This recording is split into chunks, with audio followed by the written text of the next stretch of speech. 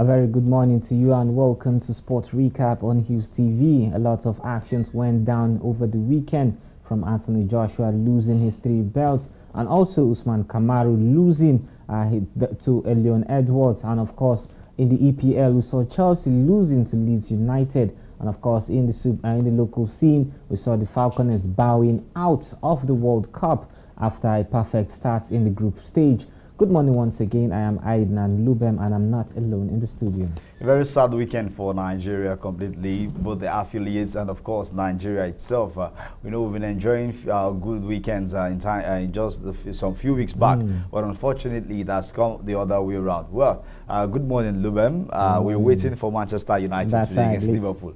But before then, I'm Richard Badung to talk about in the world of sports this morning. Of course, like we said earlier, Nigeria bowed out of the FIFA Under-20 Women's World Cup after a 2-0 loss to the Netherlands on Sunday. The Falconets could not reenact earlier round performances, which saw them winning all 3 group phase matches in their quarter-final match in Alejula, Costa Rica. Flori Sebastian, who scored Nigeria's winning goal against France in their Group C opening match, could not make hay in the 7th minute.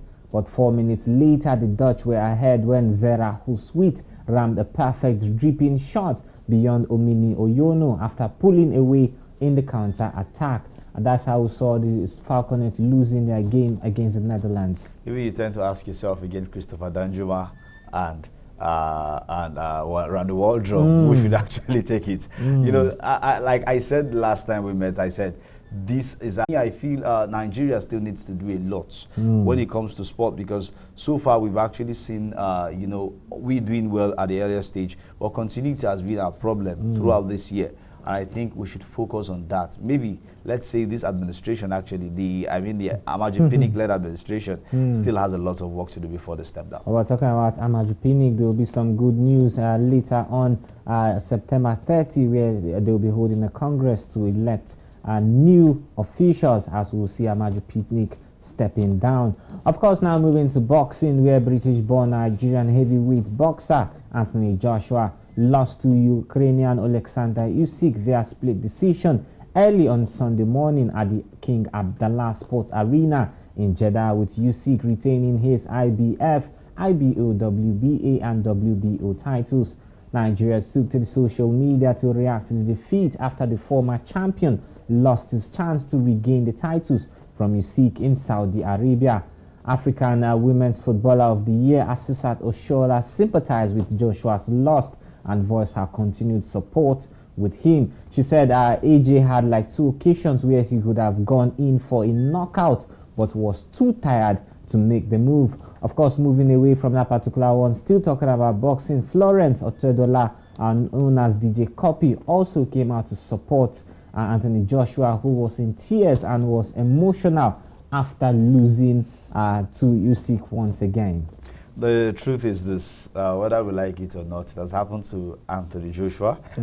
We actually expected him to come out better, though he changed tactics, he changed style. I saw that fight, and that fight actually, to an extent, I saw Joshua, you know, in the 2nd round. Usyk had the 1st round. Coming to the 2nd round, Joshua had the 2nd round. The 3rd round was still for Joshua, but Usyk got the 4th, 5th, 6th, 7th round to himself before Joshua bounced back in the 8th round. The 9th round also, Usyk dominated until the 11th round again before Joshua took the last round, that is the 12th round. But unfortunately, getting to the 12th round, Usyk has already gathered much points, more than Joshua. Now, so it was a very unanimous decision. 3 of the judges brought their results together, and when added up, brought on an average level, it was 4 points separating both Joshua and Usyk. And same margin, I think, close to same margin. I think it was 6 the last time, now 4 points. One thing I would want to say is, this guy already has his own style. That's Usyk. Usyk already has his own style. Joshua was mixing the Southpaw style and the Orthodox style on that very night, on Saturday night.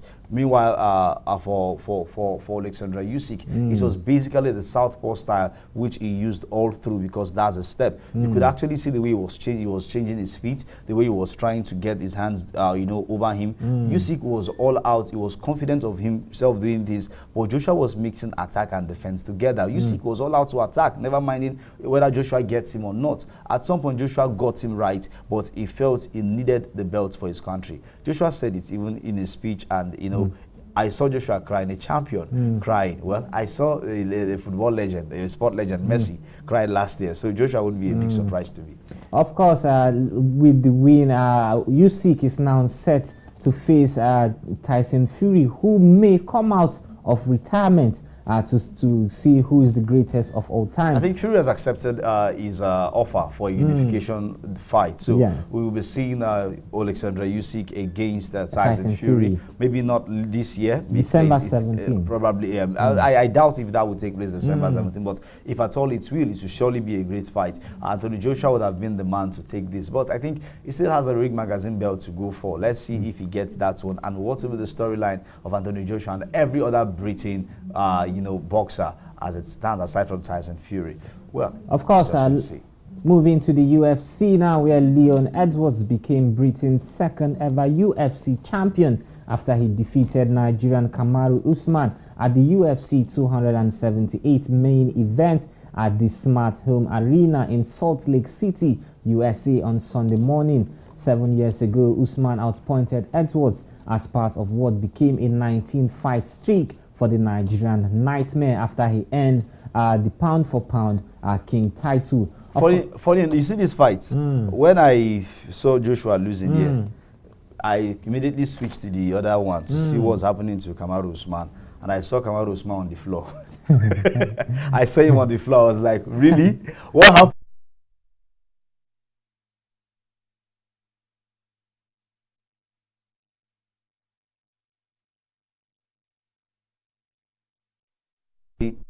Down and ended his undefeated streak. Yes. For now, I feel there will be a rematch. There will be a rematch for Kamaru Usman, and I see him getting that one. But for Leon Edwards, this is giving him more confidence. Will Usman be able to get back this belt? Well, we'll surely wait to see. Well, Usman has vowed that he will get his belt back. But still talking about kickboxing, mixed martial arts, where Conor McGregor mocked rival Kamaru Usman after his shock defeat by Leon Edwards at UFC 278.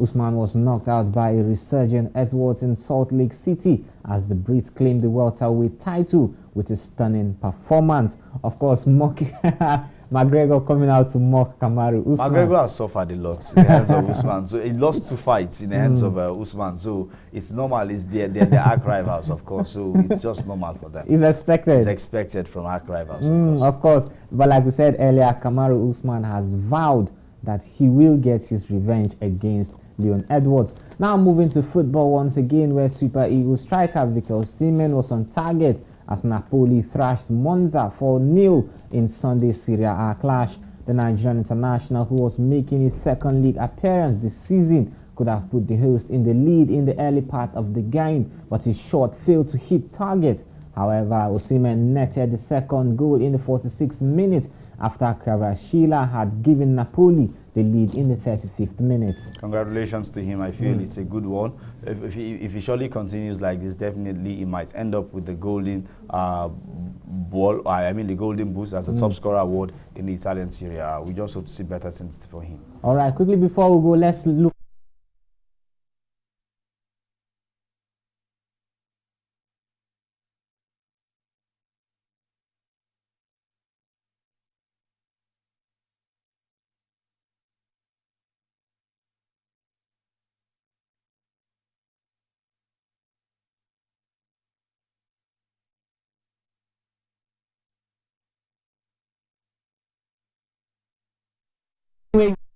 It doesn't matter. No. That's how you started. Arsenal lost their first 3 games last season, and they were sitting where Manchester United is right now. That was Arsenal's position as I did last season. But I doubt if Man U will come out of that place today. Okay, well, the point here is this. I think for Chelsea, disappointing one for them losing 3-0 to Leeds United. That tells you that the Chelsea side, their signings were not actually impactful. the only thing, see, Koulibaly saw more frustration yesterday, and he was sent off in the game, I think, in the 84th minute, where he got a red card for himself. And not just that one alone, in other, in the way it went, you could actually see how they went there.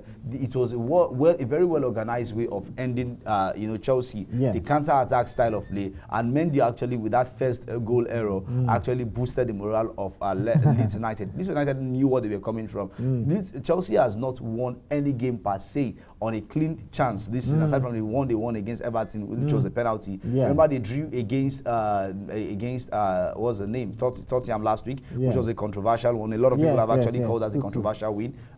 Draw for Tottenham, but Tottenham, mind you, are second on the table with 7 points after beating Wolverhampton on Saturday by 1-0. Harry Kane scoring the record goal in England, 250th, and of course not just 250th, the highest goal scored for one team in for one team in the English Premier League. Now, back to the Chelsea game, you could actually see there was no communication between the midfield and the attacking line. Sterling was only trying to look for who to score, meanwhile there was no striker. So I think that punished Chelsea yesterday. The defenders suffered all through. I wonder where Tuchel got his tactics from yesterday, but I feel it was a well-deserved victory for Leeds United. While for Man City, poor tactics actually took Guardiola to that particular stage, because for Pep Guardiola, I can tell you authoritatively that Guardiola on the other side had everything to actually seal that game. But what happened here was the way he started Bernardo Silva, starting from the left flank of play, Ike Gundogan starting from where Kevin De Bruyne would have started from, and Bernardo Silva starting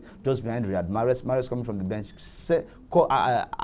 Actually costed him that game. I don't know if you understand what I'm saying. Now, Erling Haaland is still getting into the game. Beautiful one from him yesterday. 90 minutes of play, 36 touches from the striker, 1 goal scored, one chance created, 1 assist also being recorded for Erling Haaland. It was a great performance. But I feel with Riyad Mahrez, they would have gotten more if he had started yesterday's game. Scoring 3 goals against Man City showed that the team was actually bad. It wasn't a good day for them in office. Of course, that's the much we can take on Sports Recap.